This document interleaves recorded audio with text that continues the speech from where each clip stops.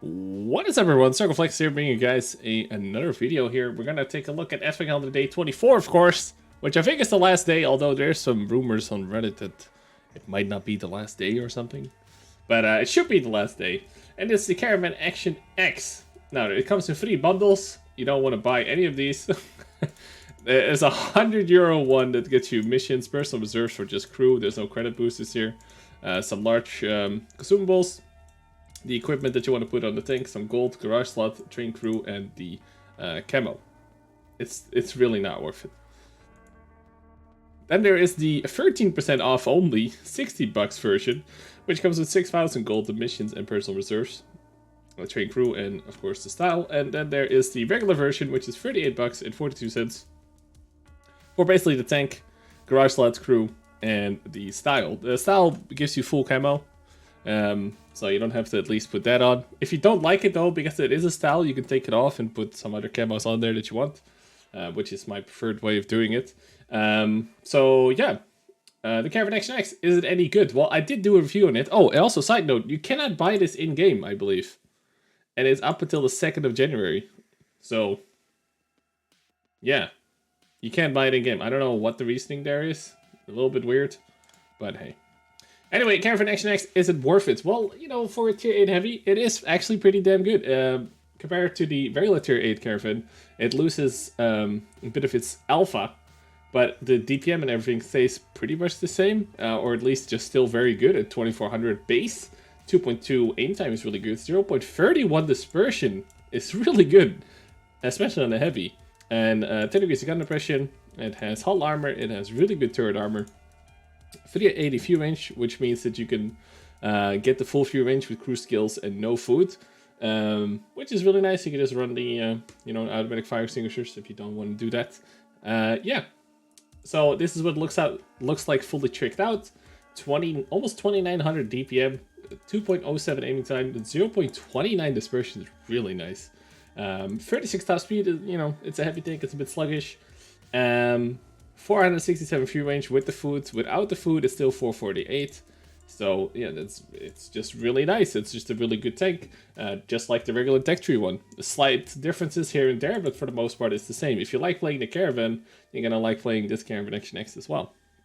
And just like all the other British heavies at tier 8, 9, and 10, so the Conqueror, Super Conqueror, the Caernarvon, as long as you hide the lower plate, you are pretty damn well armored. All right, if you're on a flat surface, the upper plate is still only 205 or so, 208, and 212 in the upper part.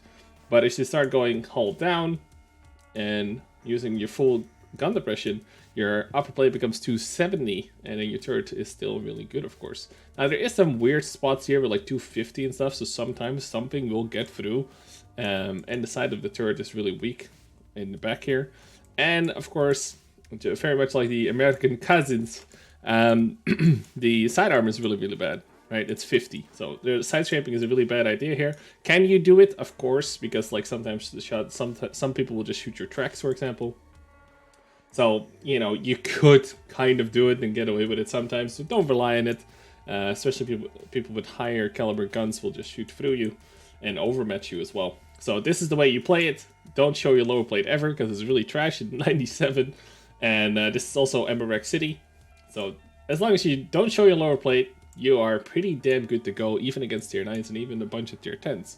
The low alpha does mean that you cannot out-trade any of the other heavies. 230 is, I think, probably the lowest you can go on a tier 8 heavy. So, yeah. It is just a really solid tank. It is a tier 8, so tier 8 matchmaking isn't good right now. It might be better in the future. Let's freaking hope so. But if you have to play a tier 8 heavy, this might as well be it. It is pretty solid. It is, I'd say, probably on par with the Patriot, for example. So yeah. It is a good tank. It is a good tier 8 British premium heavy tank.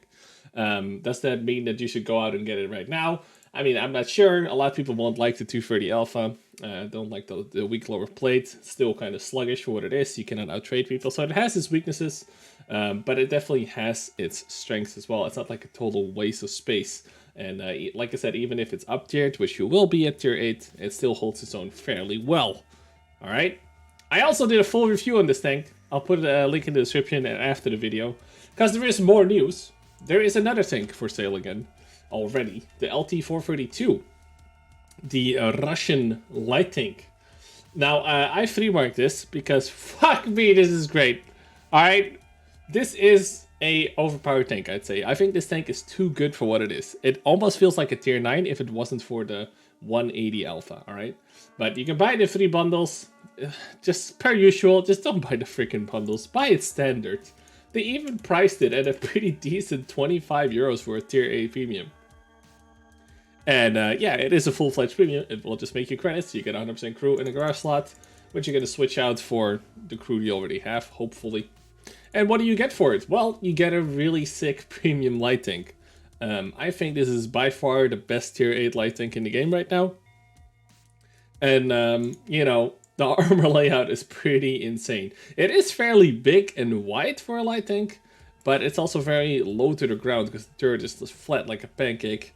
And you have 160 effective armor frontally without angling, and the turret is 200, 180 to 200, and then with how rounded it is, you can easily get to like 300 and stuff if it gets to the size of the turret. It is insanely good because it also gets 7 degrees of gun depression. So if you combine these two, you have 220 effective armor on the upper, and your turret is still as strong as it always was.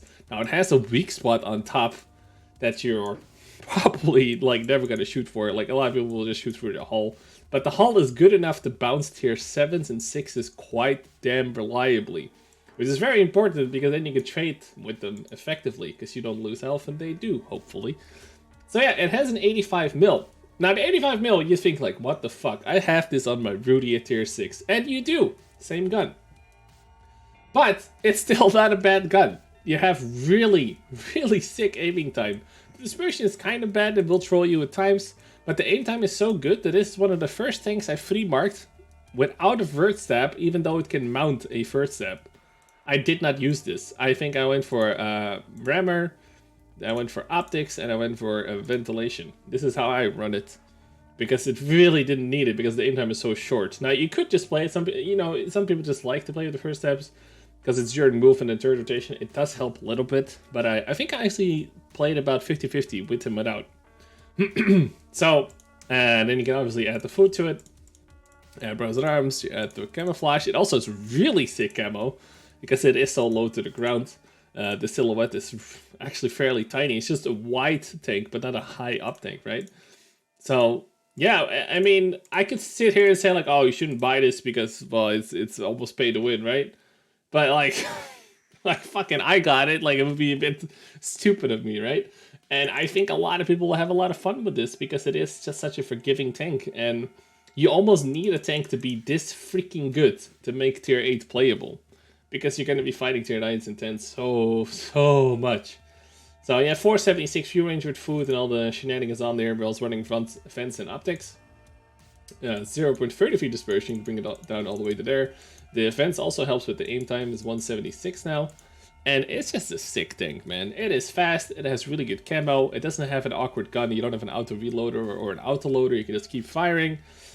The 180, the 85 mil is actually really nice, and the reason why this is still a nice gun at tier 8, and then some people will say like, well, it's a bit low for my taste, I'd rather have like the 240 alpha of the Bulldog or the Chinese things. But look at the HE. It is 44 pen, 300 damage. For some reason, the Russian tanks get crazy amounts of HE damage compared to other tanks in other nations. Now, you've probably noticed this on the T-4485M and T-4485, the Rudy, you know, those tanks. And it's just shreds. It shreds, okay?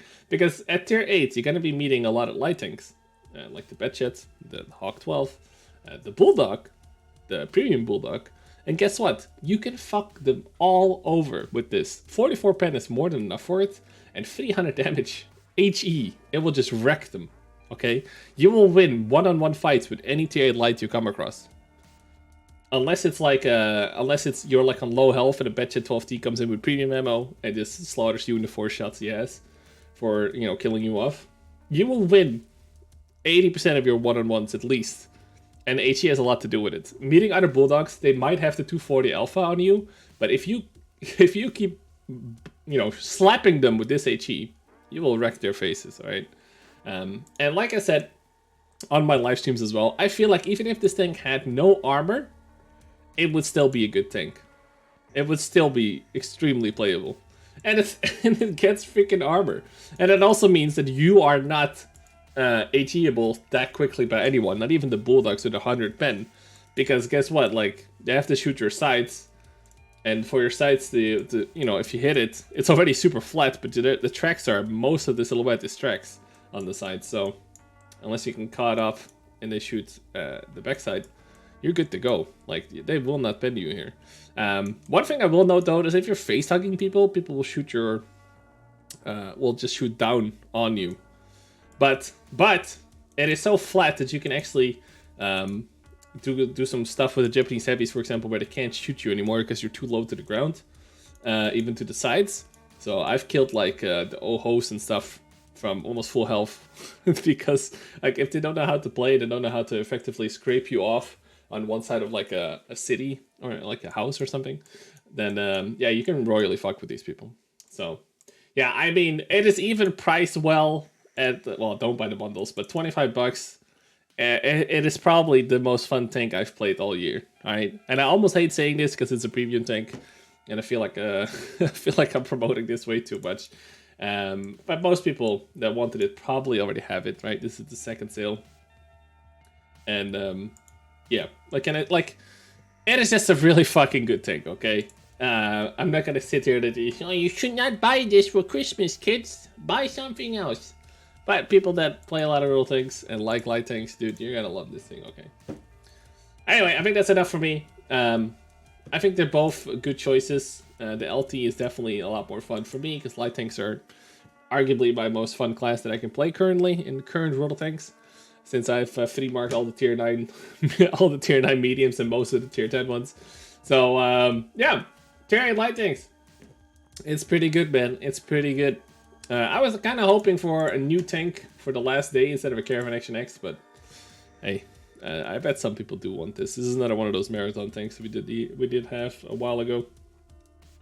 But yeah, I think I've set it up for today. Check out my review of the Caernarvon Action X, and I'll put some replays of the LT432 up on the screen right about now. So go watch those if you need more insight on how they play and stuff like this. And yeah, I'll catch you guys in another video. Thanks for tuning in. Hope you enjoyed the Aston calendar of 2018. You know, it started off as a thing to make you guys aware of what not to buy. And yeah, it's kind of a tradition now. I think this is like year 3 or so that I'm doing this. But it's always fun to do. It's easy for me to do, and I like to inform you people on what you should and shouldn't buy. Because, you know, these are like flash sales. So, yeah. Anyway, peace out, guys.